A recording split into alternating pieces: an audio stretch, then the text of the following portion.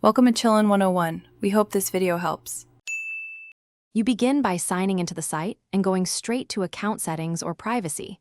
This is where search records live. Once there, make sure you select the search history or activity area so you can act on the correct list. You should already have access rights and any required verification in place. If not, complete that step now.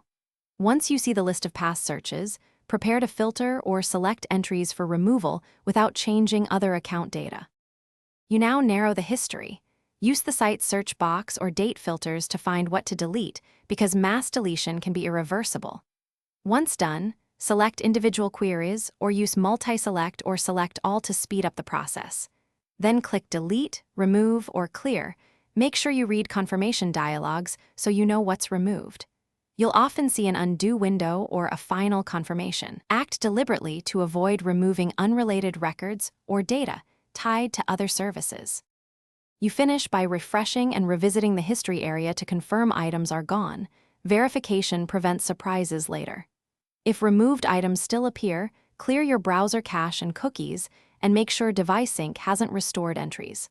Once complete, review connected apps and sync devices to prevent reappearance. If history persists despite these steps, contact the site's support and provide timestamps. A common fix is to revoke third-party access or disable sync on other devices. Thanks for watching. Consider subscribing if we helped you.